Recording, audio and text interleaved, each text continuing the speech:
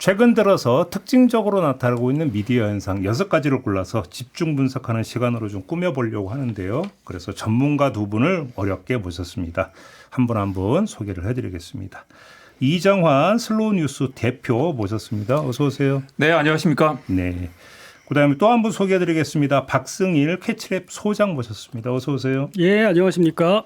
슬로우 뉴스는 이제 많이 알려져 있으니까 네. 안 여쭤봐도 될 것 같은데 네. 캐치랩은 좀 설명이 좀 필요한 것 같습니다. 예. 뭐 하는 곳입니까? 그 캐치랩에 대해서 많이들 여쭤보시는데요. 네. 캐치랩은 이니셜 약자를 따왔고요. 음. 캐치, 그러니까 컬처 아트 테크놀로지 소사이어티 앞글자를 딴 어. 독립 연구자들의 네트워크입니다. 그래요? 그러면 연구 분야는 뭐 막론하고 그 네 가지 분야를 관통하는 가로지르는 그런 연구자들이 모여서 대학 분과학문 경계를 넘어보자. 네. 그런 취지로 만들었죠. 아, 그래요? 네. 그래서 어떤 네트워크 상에서 그러니까 소통은 잘 되고 있습니까? 아유, 너무 잘 되고 있습니다. 너무 잘 되고 예. 있습니까? 슬로우 뉴스도 소개를 한번 부탁을 드리긴 드려야 돼요. 그래요? 섭섭하실 것 같은데. 네, 슬로우 뉴스는 저는 이제 미디어오늘 국장하고 대표를 지내고요. 3년 전에 슬로우 뉴스라는 걸 창간을 했습니다. 그런데 창업을 했고요. 저희는 이제 아침마다 그 슬로우 레터라는 맥락을 분석하는 뉴스레터를 발송하고요. 방금도 발송을 하고 왔습니다. 네. 제가 10만 명이 아침마다 있고요. 어유. 국회의원들 청와대에서 꾸준히 보는 예. 굉장히 강력한 뉴스레터를 만들고 있습니다. 아. 그리고 사실 이제 뉴스가 너무 많아서 사실 어떤 뉴스가 필요한가 좀 더 이제 뉴스의 어떤 이제 맥락과 구조를 분석하는 그런 뉴스가 필요하다고 생각해서 만들고 있습니다. 아, 그래요? 네. 10만 명은 유료로 전환하면 어떨까요? 그 생각을 해봤는데요. 최대한 많이 보는 게 일단은 영향력이 힘이다라고 생각하고 있습니다. 네. 그러니까 유료로 전환하면 떨어져 나갈 거다라는 우려를 깔고 보통 유료 전환을 하면요, 0.1%가 전환이 되는데 0.1? 네. 1%도 아니고? 네, 10만 명 중에 지금 그래도 지금 후원회원이 저희 한 1,000명쯤 되기 때문에 0.1%는 뽀대 있는 것 같고요. 근데 이 소수의 유료 독자를 받기보다는 10만 명, 20만 명, 30만 명께 늘려보자. 그래서 이제 많이 보면 바뀐다고 믿고 있습니다. 알겠습니다. 자, 본격적으로 좀 본론으로 들어가야 될 텐데 첫 번째 이제 저희가 주목한 현상이 뭐냐면 정보 검색, 뉴스 검색도 여기 이제 포함이 될 텐데 AI에 그러니까 그 의존하는 경향성이 갈수록 좀 심화되는 것 같아요. 이제 포털에서 검색하는 거 이건 또 차원이 다른 문제가 좀 될 것 같은데 이것이 어떤 결과를 빚을 것인가? 요 점을 좀 오늘 좀 얘기를 좀 했으면 좋겠습니다. 근데 좀 두 가지 틀로 좀 나눠서 일단 좀 이야기를 했으면 좋겠는데 하나는 검색을 하고 있는 사람들에게 이 AI에 의존한 정보 검색이 어떤 영향을 미칠 것인가. 또 한 가지가 이게 뉴스 산업에 어떤 영향을 주는가. 요 두 가지 들이 될 것 같은데 먼저 첫 번째 부분. AI에 의존해서 정보를 검색한다. 세상 돌아가는 걸 AI를 통해서 본다. 이러면 어떤 현상이 빚어진다고 봐야 될까요? 제가 먼저 할까요? 예. 일단 검색이라는 단어 자체도 많이 달라질 것 같은데요. 과거에 검색이라고 하면 이제 구글에 검색한다, 네이버에 검색한다 하면 검색 결과 한 20개가 쭈르륵 나오고요. 그 중에 제목을 보면서 뭔가를 선택하게 되죠. 그 그렇죠. 과정에서 뭔가 정보가 제한되지만 뭔가 판단을 하게 되고 골라보게 되고 이게 아니면 다른 곳으로 넘어가서 계속 탐색하는 과정이 있기 때문에 검색이라고 부르는 건데 보통 이제 AI 검색이라고 표현을 쓰지만 물어보고 답변을 얻는 거죠. 답변을 얻는데 그 답변은 정리된 하나의 답변, 골라보는 게 아니라 하나의 정리된 답변이고 그렇죠. 여기에는 선택이 없고요. 그리고 브랜드도 없습니다. 보통 우리가 예를 들면 뉴스를 검색했을 때 조선일보, 한겨레, MBC, 뉴스공장 등등 있겠지만 여기에는 완전히 하나의 완결된 정리된 답변. 그리고 요즘은 퍼플렉시티 같으면 뒤에 나중에 출처를 밝히긴 하지만 사실 AI 검색 결과에서 출처를 클릭하는 비율이 매우 낮습니다. 그렇기 때문에 그냥 하나의 완결된 답변을 맹목적으로 받아들이게 되는 그런 결과가 되는 거죠. 그렇죠. 소장님은 어떻게 진단하세요? 그 말씀하셨듯이 검색이 일원화되는 현상이 분명 나타나고 있습니다. 지금까지의 경우만 하더라도 다양한 검색 결과 안에서 사용자가 개인의 취향이나 선택 혹은 판단에 따라서 여러 가지로 선별해 볼 수 있는 구조가 있었겠죠. 그런데 AI는 지금 같은 경우는 구글 맨 상단에 AI 검색 결과가 제일 먼저 뜨거든요. 그 경우 사용자가 보는 그 결과가 마치 전체를 대표하는 그렇죠. 그런 뉘앙스를 띠게 되고요. 당연하게도 지금까지 반복되어 왔던 여러 가지 선택과 판단의 절차들은 축소되거나 와해되거나 등등 그런 결과를 만들 수밖에 없게 됩니다. 그러니까 포털 검색을 비교를 하면 예를 들어서 키워드를 넣어서 슬로우 뉴스라고 하는 키워드를 넣어서 포털에 이제 검색을 하려고 하면 슬로우 뉴스라고 하는 그 단어가 들어가 있는 뉴스나 뭐 커뮤니티 이렇게 모든 게 쫙 뜬단 말이에요. 네. 그러면 여기서 제한된 범위지만 거기서 다양성이라도 있는데 그죠? 그렇죠. 네. AI로 그 하면 이거 자체가 아예 거의 이제 나타나지가 않는 거잖아요. 말씀하신 대로 네이버에서도 검색을 했을 때 어떤 순서로 보여주느냐가 굉장히 중요했거든요. 그러니까 사실 이제 네이버도 하루에 들어온 기사가 10만 건인데 예를 들면 윤석열을 검색하면 거기에 뭘 우선순위로 보여줄 것인가. 보통 그래서 이제 좀 그 언론사 규모가 크거나 평판이 높거나 여러 가지 지표들을 개발해 가지고 이제 우선순위 연관도 순으로 하거나 이제 배열을 하고 상단에 올라 있는 기사가 클릭할 비율이 높기 때문에 검색이 권력이라는 말을 많이 했잖아요. 그렇죠, 그래서 그렇죠. 네이버와 구글이 우리 이용자들에게 무엇을 보여줄 것인가를 결정하는 어떤 이제 그 중간에 말 그대로 포털로서 역할을 했다면 지금 하나의 완결된 단일한 답변을 보여주기 때문에 그게 다 사라져 있는 상태고 보통 그래서 이제 구글 효과란 말을 했는데 사람들이 이제 뭔가를 검색하면 나오니까 이거 저장을 하거나 따로 뭐 기억하려고 하기보다는 언제든지 검색만 하면 된다고 생각을 하죠. 그런데 AI로 오면 이제 어디서 찾을지 구글에 가서 검색하면 되는 게 아니라 그냥 아예 판단하지 않아도 되고 언제든지 물어보면 답이 나올 수 있기 때문에 특별히 뭔가를 기억하거나 판단 자체를 미루게 되는 현상이 생긴다고 많이 얘기를 합니다. 그렇죠.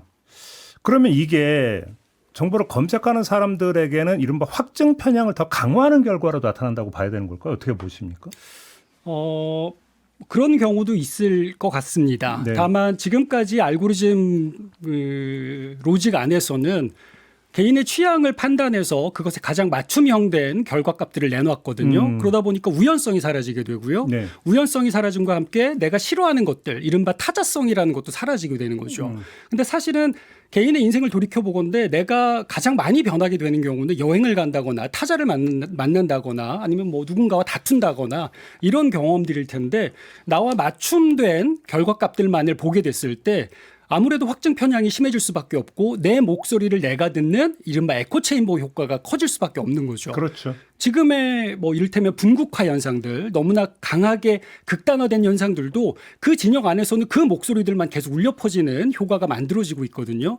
그러니까 이런 상황을 추측해 보건대 인공지능은 아무래도 그런 것에 연장선상에 놓여 있을 가능성이 높다고 보여집니다. 그러니까 이게 차원이 다른 게 예를 들어서 제가 지금 윤 어게인 세력에 그러니까 그 동의하는 사람이에요. 어제 그 1심 판결을 봤어요. 네. 그 정보 검색을 이렇게 할 수 있죠.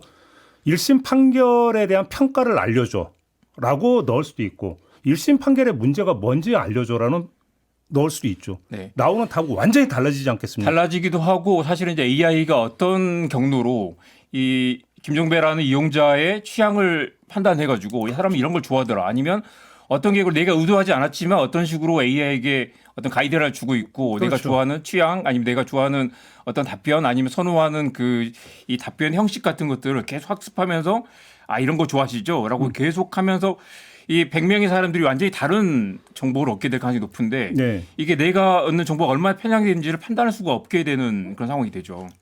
더 심해지는 거잖아요, 결국. 네. 그렇죠. 그러니까 그- 지금까지만 하더라도 한겨레 독자, 조선일보 독자는 각각의 진영 논리를 알고는 있었거든요.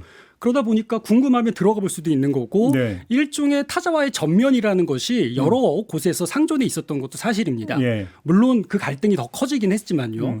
그런데 인공지능 같은 경우는 말끔하게 요약된 형태로 기사가 제공되기 때문에 여기에는 독자들이 비판적으로 개입하거나 이것 이외에 다른 논조들이 있는지 여부조차도 알기가 어려운 경우들이 많겠죠. 이게 이제 철학의 영역으로 가지만 이제 그런 얘기죠. 사람은 정보를 어떻게 입력하느냐. 백지 상태에서 입력하는 게 아니라 자기 관념, 그게 고정관념이든 뭐가 되든지 자기 관념을 가지고 새로운 정보를 입력을 한다.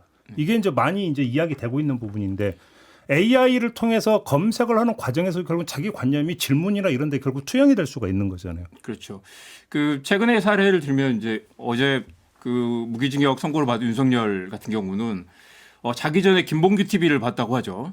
자기 전에 핸드폰 누워서 김봉규 TV를 보고 이봉규 TV 아니에요? 이봉규 그다음에 고성국 그다음에 또 이런 이제 극우 유튜버들을 계속 보면서 이분이 빠져있던 그 필터 버블이라는 게 있었다면 그렇죠. AI 버블은 또 다를 수 있는 게 필터 버블은 이제 나름 그 유튜브에서 이렇게 쭉 목록을 띄워주고 그중에 골라서 보거나 아니면 계속 추천 채널을 보여주는데 자기가 뭘 보고 있다는 걸 알 수 있죠. 내가 고성국 채널을 계속 봤다. 이봉규를 계속 봤다라는 것들을 알 수 있지만 성창경 TV를 보고 있다는 걸 인식하는 상태에서 브랜드를 인식하고 각각의 콘텐츠 생산자가 누군지 그리고 이 사람의 의도나 취향이나 아니면 그 어떤 논조를 알 수 있는데 AI는 그런 출처를 다 사라지게 하고 또 완결된 답변을 완전히 그 정답인 것처럼 물어보고 답변을 제시하는 원소스 이 대화이기 때문에 그게 어떤 형태의 선택이나 판단조차도 할 수 없는 상태가 된다는 거죠. 네. 그래서 보면 그 미국에서 연구를 보니까 이 음모론자들, 예를 들면 지구 평평론자 같은 사람들이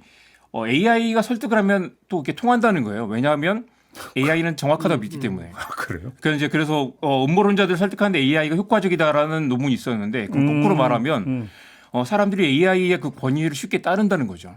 그래서 예를 들면 성창경 TV나 고성국 TV보다 그런 음모론에 빠졌던 사람들이 AI가 말하는 어떤 것들을 훨씬 더 믿게 될 수 있는데 AI가 과연 진실이고 언제나 그 객관적이고 공정한 답변을 전달해 주느냐 그게 아닐 수도 있다는 게 지금 심각한 문제인 거죠. 그렇죠. 근데 일단 현상적으로 네.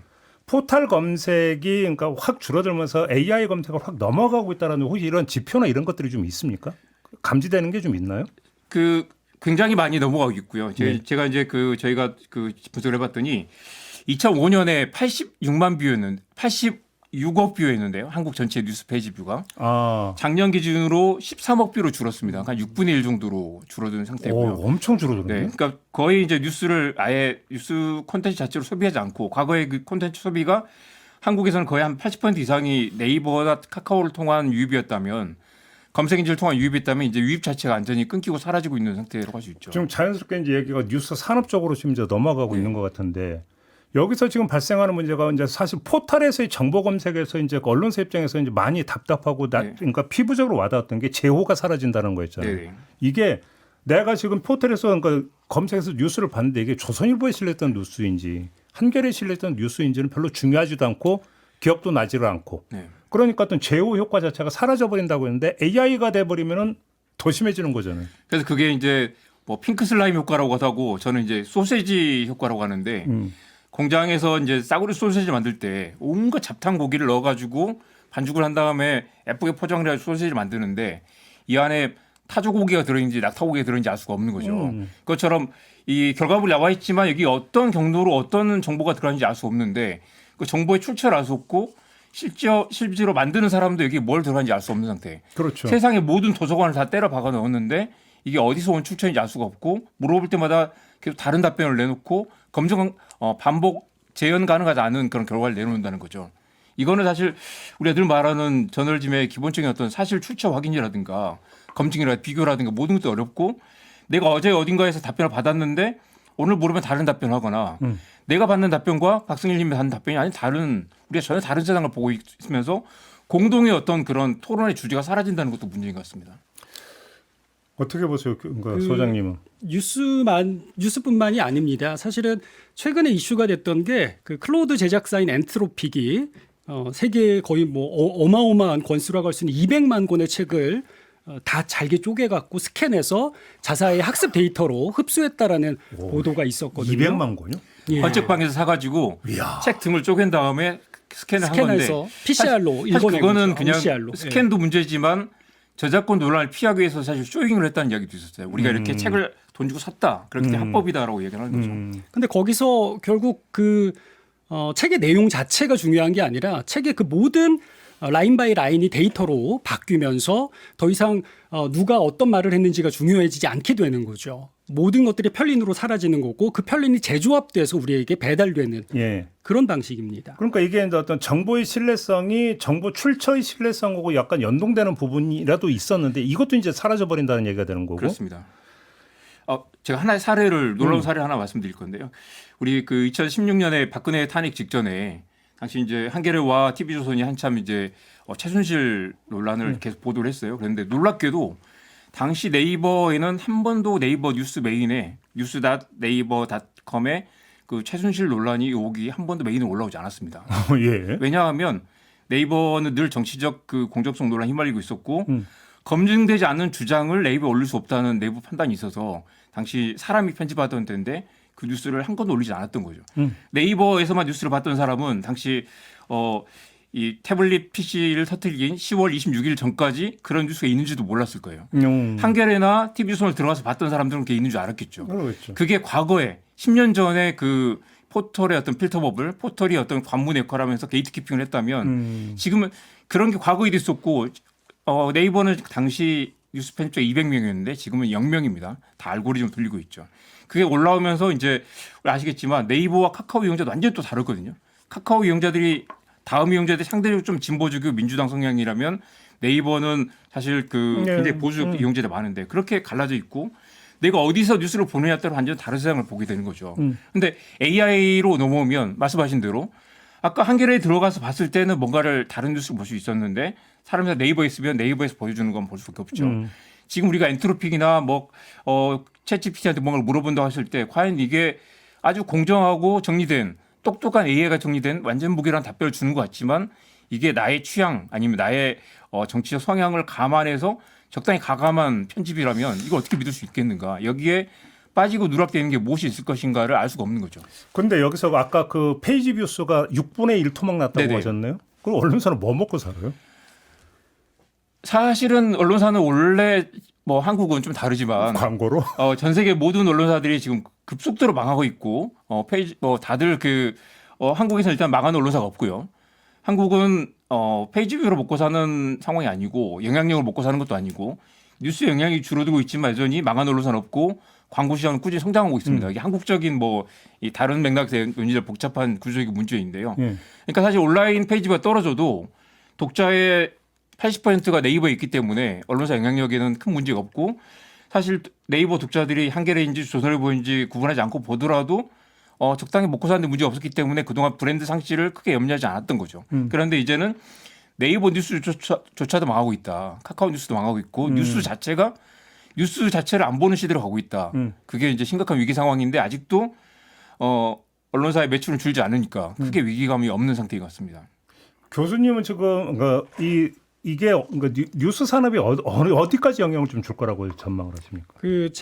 제가 최근에 되게 재밌는 경험을 했는데 수업 시간에 학생들을 가르치다 보면 학생들이 인공지능 얘기에 검색을 해서 교수 저한테 질문을 하는 거죠. 선생님, 인공지능은 좀 다른 얘기를 하는데요라고 반비판을 하는 그런 경우가 있습니다. 그리고 학생들한테 조별 모임을 시키면 학생들이 6명이 앉아갖고 서로 대화를 하는 게 아니라 카톡창을 열어놓고 자기네들끼리 카톡으로 대화를 하는 그런 진풍경도 있어요. 그러니까 인공지능이 도입됐다는 것은 단순히 하나의 툴이 추가됐다는 게 아니라 우리의 감각 방식, 소통 방식, 인식 방식, 세계에 대한 여러 가지 방식들을 동시에 다발적으로 바꿔놓을 수밖에 없는 거죠.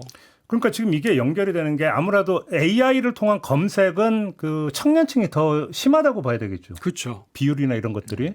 근데 지금까지 나왔던 통념은 지금 젊은 층의 뉴스 시장 진입이 안 되고 있다. 네. 갈수록 뉴스 시장의 고객들이 고령화되고 있다는 지적은 나온 지 꽤 오래됐어요. 이렇게 되어버리면 장기적인 추세로 놓고 보면 이게 더 심해지는 걸로 가는 거 아닙니까? 이렇게 돼버리면.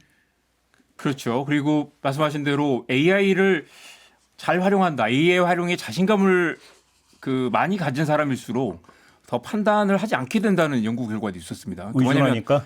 나 AI 잘 사용해. AI 활용도가 높다고 자신한 사람일수록 더 의존하게 되고 더 맹목적으로 그걸 받아들이게 된다는 거죠. 보통은 우리가 뉴스를 볼 때 김종배 선생님 계속 말씀하시지만 뉴스는 비판적으로 이해를 해야 되고 뉴스는 어떤 뉴스도 공정하지 않고 모든 뉴스는 편향돼 있기 때문에 그걸 보고 최종적으로 비교 분석하고 판단하는 건 본인의 몫이 비판적인 수용자의 몫인데 그게 다 무너져 있는 상태. 그리고 만약에 이제 그렇게 AI 활용도 높은 청년들 같은 경우는 AI가 완벽한 답변을 주는데 그냥 물어보면 되는 거죠. 검색도 아니고 과거에는 구글에 가서 검색하면 돼. 아니면 구글에 검색해서 뭐를 찾아보면 돼라고 생각했지만 이제는 어디 가서 찾는 게 아니라 모든 판단을 그냥 여기 다 있으니까 물어보기만 하면 되는 거죠. 토론도 물어보면 되는 거고 과제도 물어보면 되는 거고 내가 판단할 필요가 없게 되는 상황으로 가게 되는 거죠. 그러니까요. 근데 우리 소장님께 여쭤본데 AI 정보 검색에서 나오는 결과의 정확성은 어느 정도라고 평가하세요?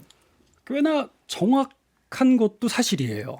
왜냐하면 제가 이걸 좀 제가 직접 겪은 게 얼마 전에 쟁점이 된 게 하나가 있었어요. 그러니까 국회 비준을 받아야 되냐 말아야 되느냐. 이제 미국과의 관세 협상 있잖아요. 그래서 이제 저도 좀 헷갈려가지고 AI에 들어가서 이게 지금 조약이 아닌데 비준사항이 되는지를 한번 검색을 했어요. 물어봤어요. 그랬더니 이것도 된대요. 그러면서 출처까지 딱 명기돼 있어요. 이게 무슨 법 몇 조 이렇게 딱 돼 있다고 하니까 딱 맞잖아요. 원고까지 썼어요. 근데 아무래도 느낌이 이상해. 이상해서 다시 제가 이제 AI에서 빠져나와서 포털에서 막 검색을 했더니 해당 법 그 조항에 그런 내용이 없어. 그러니까 엉터리 정보를 저한테 준 거예요. 그래서 그러니까 저기 다음날 대형 사고 칠 뻔했는데 겨우 그나마 좀 이상하다 해갖고 다시 검색해서 이제 그걸 면했는데 그래서 여쭤보는 거거든요. 일단 정확성이라도 있느냐를. 아닌 것 같던데. 뭐 여러 분야에서 나눠서 생각해 볼 수 있겠지만요. 그러니까 학술 영역에서는 점진적으로 하지만 눈에 띄게 정확성이 늘어나고 있는 것도 사실이죠. 그래요? 그리고 그 특히나 뭐 그 이공계나 혹은 뭐 의학계라든가 이렇게 좀 데이터를 만지는 쪽에서는 어쩌면 인간을 상회하는 지적 능력들을 확인하고 있다라는 보고서들이 계속 나오고 있기도 합니다. 왜 여쭤보니 이런 것도 있을 수 있잖아요. A라고 하는 사안에서 알파, 베타, 감마라는 언론사가 전부 다 오보를 때렸어. 네. 그런데 그 AI는 알파, 베타, 감마라고 하는 언론사의 보도를 기초로 해서 답을 만들어 가지고 제시할 수 있잖아요. 그럼 그렇죠. 그 거짓된 정보가 되는 그렇죠. 거죠. 이게 소스가 이건 거짓되면 걸러지지 않는 거잖아요. 그렇죠. 우리 이제 할루시네이션이라고 환각 상태라고 말하고 옛날 뭐 초창기에는 세종대왕 맥북 던짐 사건 그런 것도 있었죠. 말도 안 되는 걸 물어보면 황당하게 답변하는 게 있었는데 사실 사람들이 그걸 보고 약간 웃기도 하고 조롱하기도 하고 아니면 AI가 정확하지 않다는 이야기로 많이 이제 뭐 이야기를 하고 했었는데 사실 그건 급속도로 많이 사라지고 있습니다. 사라지고 있고 AI가 황당한 답변하는 건 사실 질문을 잘 못하기 때문일 수도 있고 말씀하신 그런 부분들은 사실 또 위로 버전이나 최근에 그 챗GPT 프로 버전 29만 9천 원짜리가 카카오에서 10분의 1 가격에 팔린 적이 있어가지고 지금 완판이 됐다고 하거든요. 아, 예, 저 봤어요. 그 뉴스. 네, 이번에 사람들이 나왔더라고요. 이제 비싼 돈을 내면 훨씬 더 고급 답변을 얻을 수 있는 시대로 가기 때문에 아마 무료 버전 쓰시면 이제 그렇게 저는 무료반 쓰고 있는데. 그러니까 그래서 엉터리 답변을 얻을 수도 있고 이 그런 격차도 크고요. 예. 그리고 이제 말씀하신 대로 그런 이제 그 엉터리 답변이 나오는 건 애초에 세상에 워낙 그 부실한 정보가 많기 때문에 AI가 그걸 학습한 걸 수도 있는데 사실은 그건 말씀하신 대로 과거는 석사 수준이다가 지금은 이제 박사 수준을 넘어서 포닥 수준, 박사후 과정 수준의 정도는 된다. 최근 위로 버전 같은 경우에 그런 때문에 이게 AI가 정확하냐 정확하지 않느냐는 사실 이미 의미가 없는 단계로 가고 있습니다. 질문을 정확하게 하고 예를 들면 또 이제 최근에 RAG라고 해서 정확하게 출처에 기반한 답변만 달라고 정확히 요구를 하면 자기가 지어내는 게 아니라 판단을 최소화하고 자료 기반으로 답변해주는 그런 것도 있기 때문에 이미 그런 부분은 이제 많이 해결된 것 같은데 문제는 이제 할루시네이션이나 정확하지 않기 때문에 문제가 아니라 편향된 답변 아니면 획일화된 답변, 다양성이 사라지고 뭔가를 그 정리된 답변이 우리의 판단 자체를 죽여버리거나 아니면 그런 판단을 외주하게 만드는 그게 어떤 민주주의에 심각한 위협이 될 수 있다 그런 얘기를 많이 합니다. 그럼 우리 이정환 대표께 제가 뜬금없는 질문 네. 좀 하나 드려보고 싶은데요. 그러니까 지금 언론계나 안팎에서 어떤 논의가 있냐면 언론 지형을 놓고 기울어진 운동장론을 주장하는 사람들이 많이 있어요. 네네. 근데 사실은 운동장이 기울어져 있다라고 하는 것의 전제는 뭐냐면 사람들이 해당 신문을 유료로 사서 본다든지 해당 신문 사이트에 들어가서 뉴스를 본다는 걸 전제로 하는 거죠. 다시 말해서 제호의 영향력, 그다음에 시장 점유율을 기초로 한 얘기잖아요. 근데 갈수록 뉴스의 접근이 포털 의존으로 갔다 이제 AI로 넘어가 버리면서 제호가 사라져 버리는 시대가 되어 버린 상태라면 네. 기울어진 운동장론이라고 하는 게 성립될 수 있느냐라고는 아주 원초적인 문제 제기가 나올 수 있거든요. 이 점은 어떻게 보세요? 과거에 기울어진 운동장이라는 걸 예를 들면 종신문 발행부수에서 조선일보가 300만 부 찍을 때 한겨레 경향이 한 100만 부가 안 됐으니까요. 막 3분의 1 정도 차이가 났다. 보수와 진보를 하면 5분의 1, 5배 정도 차이가 난다라는 얘기를 많이 했었는데 그 발행부수 그것도 조작돼 있다고 하지만 발행부수가 또 광고와 연결되고 그렇죠. 광고가 또 기자 수나 아니면 연봉이나 아니면 매체 퀄리티하고 좌우된다.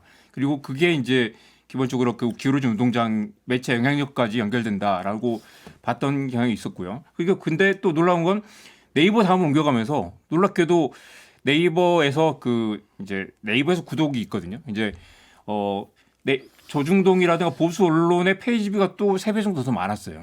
그 오프라인에서 영향력이 그대로 온라인 옮겨갔고 네이버 다음에서 노출도 보수 언론이 더 많아서 그 옮겨왔었는데 말씀하신 대로 이게 AI로 옮겨오면 완전히 기존의 문법, 기존 헤게모니가 다 사라지고 완전히 이제 그 동등하게 경쟁해야 될 수도 있는데 기본적으로 한국 사회는 또 그동안 쌓여 있는 콘텐츠 양이 압도적으로 보수 콘텐츠가 많고요. 누적된 양의 차이가 있다. 예, 그게 아마 이제 어떤 식으로 옮겨올지 모르겠지만 완전히 다른 게임이 될 거기 때문에 지금부터는 좀 달라질 수는 있을 것 같습니다. 알겠습니다. 이게 이제 기술적이고 산업적인 측면보다도 사실 이제 더 중요하고 저희의 관심사는 이것이 결국은 민주주의라고 하는 것에 어떤 영향을 미칠 것인가의 문제로 좀 귀착을 해서 한번 좀 이야기를 했으면 좋겠는데 소장님은 어떤 영향을 미칠 거라고 보십니까? 인공지능은 지금까지의 미디어하고는 질적으로 다른 미디어죠. 지금까지 미디어는 결국 대중이 주체가 돼서 그 미디어를 해야만 했던 겁니다. 경험하고 읽고 보고 모든 미디어가 사용자의 경험에 기반을 해서 작동을 했던 거죠. 근데 반대로 인공지능은 그 경험을 지워버리는 겁니다. 대신 읽어주고 대신 말해주고 대신 봐주고 여기서 만들어지는 어떤 뭐 편향성도 있겠고요. 어떤 변화가 굉장히 중요하게 읽혀져야 한다고 생각을 하거든요. 왜냐하면 읽지 않은 채로 말하는 되게 기현상이 나타나고 있는 겁니다. 읽기와 쓰기의 순서가 바뀌는 거겠죠. 그렇죠. 근데 이런 변화가 중요한 게 결국 인공지능이 도입된 이후로 대중이 더 똑똑해지는 게 아니라 오히려 말씀하신 것처럼 생각을 외주화하고 경험하지 않은 채 말하고 등등 이런 현상들이 나타나게 된다는 거죠. 그런데 문제는 이것이 여전히 역시나 공농장과 민주주의의 위기와도 연결될 수밖에 없다는 겁니다. 하지만 저는 여기서 좀 다르게 생각하는데 공농장은 그 전에도 계속 위기였거든요. 그러니까 인공지능 때문만은 아니에요. 그리고 민주주의의 위기를 말하는데 인공지능은 좀 억울할 수도 있는 거죠. 예, 그 점도에 예. 충분히 타당한 지적이신 그래서 것 같습니다. 예. 저는 오히려 인공지능을 민주주의의 위기로까지 나아가는 데는 굉장히 많은 징검다리가 필요한 것 같고요. 오히려 그보다 앞서서 우리 대중들이 세계를 어떻게 경험하게 되는가에 대한 좀 더 본질적인 존재론적인 고민이 수반되어야 하지 않을까라는 생각도 동시에 하고 있습니다. 그러니까 왜냐하면 이제 객관주의의 함정에 빠지지 마라. 경제가 이러니까 사람들이 이렇게 생각할 거다라고 생각하지만 그거는 그러니까 그 학자들의 생각이고 경제가 이렇더라도 그걸 어떻게 생각하느냐가 중요하다. 그래서 그렇죠. 이것이 정서 반응으로 나오고 정책 태도로 연결이 된다라고 하는데 바로 그 지점에서 AI가 끼어 들어가니까 이제 문제가 되는데 이정원 대표는 어떻게 보십니까? 그 AI 시대에 이제 AI 활용 능력이 중요하다고 다들 이야기를 하지만 또 중요한 능력 중에 하나가 이 인지 건강이라고 하거든요. 온갖 그 정보들이 남립하는 가운데 나의 판단력을 날카롭게 세워가지고 내가 판단하는 능력이 매우 중요한데 사람들이 그게 많이 사라지고 있죠. 그래서 유튜브 이제 옛날 리터러시 이야기를 하면 지금 유튜브에 이제 아마 많은 분들이 그 핸드폰에 자동 추천 그 옵션이 디폴트 켜져 있어요. 그래서 이제 뭘 보면은 다음 영상이 자동 재생되게 맞아요. 관련 영상이 자동 되게 있는데 그것만 꺼놔도 오. 끝난 다음에 영상이 쭉 떠가지고 굳이 골라서 볼 수 있게 돼 있거든요. 근데 보통 많은 분들이 영상이 하나 나오면 고성곡을 보면 그 다음에 이봉규가 나오고 이봉규를 보면 성창기 나오는 식으로 계속 그 토끼굴에 빠져들게 되는데 사실 이제 그게 이제 이 AI로 옮겨오게 되면 AI는 사실 굉장히 아부성 발언을 많이 하거든요. 예를 들면 어제 윤석열 그 선고가 나는 문제가 있다고 생각하는데 어떻게 생각해?라고 물어보면 이게 알게 모르게 이 사람은 윤석열을 지지한 사람이구나 판단하고 이 사람이 사용자 좋아할 것 같은 정보를 계속 던져주면서 네. 예를 들면 유튜브 알고리즘 내가 끄거나 선택하거나 판단하거나 아니면 초기화할 수도 있는데 많은 분들이 그럼 굉장히 좀 활용도가 높은 사람 할 수 있는 그런 영역이 별것도 아니지만 근데 AI를 초기화한다거나 AI의 그 편향을 바로잡는 건 사실 대부분 일반 사용자들이 거의 불가능한 어려운 할 수 없는 영역으로 생각합니다. 근데 AI를 활용도 높아지면 높아질수록 그 AI가 나를 조종하고 있다라는 생각을 하지 못하게 되거나 내가 AI를 학습시킨 것인지 AI가 나를 조종하고 있는 것인지 알게 모르는 사이에서 피드백 루프가 반복되면서 갈수록 또 빠져들게 되고 완전히 나만의 엉뚱한 세상으로 가 있게 되는 거죠. 그러니까 그 말씀이니까 생각이 나는데 딱 질문하면 그 첫 문장이에요. 질문이 되게 날카롭네. 되게 통찰력 있는 질문이네. 이런 식으로 답변이 시작이 되잖아요. 그럼 내가 정말 맞게 생각하나 보다. 내가 되게 날카로운가 보다라고 착각에 빠지기도 하더라. 그죠? 그 점을 좀 봐야 될 것 같습니다. 그 말씀하신 것 중에 되게 중요한 대목이 결국 인간이 판단의 주체였다가 판단의 대상이 돼버리는 그 역전된 현상이 나타나고 있다고 생각을 하거든요. 그렇죠. 지금까지 아까 말씀하셨던 것처럼 민주주의의 위기와도 연결이 되는 고리 중에 하나일 텐데요. 인간은 스스로 생각하고 생각하기 때문에 존재해야 한다라는 신화가 지금까지 유지가 되어 왔던 겁니다. 근데 반대로 인간은 더 이상 판단하지 않고 주어진 알고리즘에 따라서 주어진 결과값들을 보고 그것이 세계의 전부인 것처럼 여기게 되는 거죠. 그렇죠. 그것이 민주주의의 위기랑도 연결되는 지점은 민주주의는 결국 시민이 스스로 판단하는 객관적인 주체가 되는 거잖아요. 주체적으로 생각하는 사람을 전제로 그렇죠. 하는 거죠. 예. 그러니까 그 과정이 무너질 수 있다면 무너지게 된다면 민주주의 공론장의 위기로까지도 이어질 수 있는 고리가 되겠죠. 알고리즘의 목표라는 게 네이버 다음 시절의 알고리즘은 사람들이 최대한 오래 머물면서 더 많은 기사를 클릭하고 더 많은 광고를 노출하는 데 목표가 잡혀 있거든요. 그걸 이제 이 멀티 암드 밴딧이라고 해서 이제 그 카지노 이론을 이용한 건데요. AI의 알고리즘 목표는 뭐냐? 우리에게 세상의 진실을 더 잘 전달해 주기 위한 목표로 설계되어 있느냐? 그렇지 않고 결국 AI도 사람들이 더 이 위로 결제를 더 많이 하도록 그리고 계속 더 오래 머물고 의존도 높아지도록 설계가 돼 있는데 이게 실제로 만약에 얼마나 이게 세상의 민주주의 강화하기 위해서 AI를 만들겠어, 알고리즘 설계하겠어 있으면 얼마나 좋겠습니까? 그렇지만 그런 목적으로 설계되어 있지 않을 텐데 우리가 여기에 모든 이제 인지를 외주화하고 여기에 정보를 의존하게 되면 이게 과연 어떤 세상을 만들 것인가 그런 우리가 나옵니다. 예, 일단 좀 빨간불을 좀 켜야 된다라는 생각이 좀 들어서 일단 오늘 첫 번째 주제로 AI에 의존하는 정보 검색 문제를 좀 짚어봤습니다. 자, 오늘 첫 번째 시간은 좀 이렇게 마무리해야 될 것 같습니다. 두 분 말씀 잘 들었고요. 다음 주를 기약하겠습니다. 고맙습니다. 네, 감사합니다. 저도 물러가겠습니다. 고맙습니다.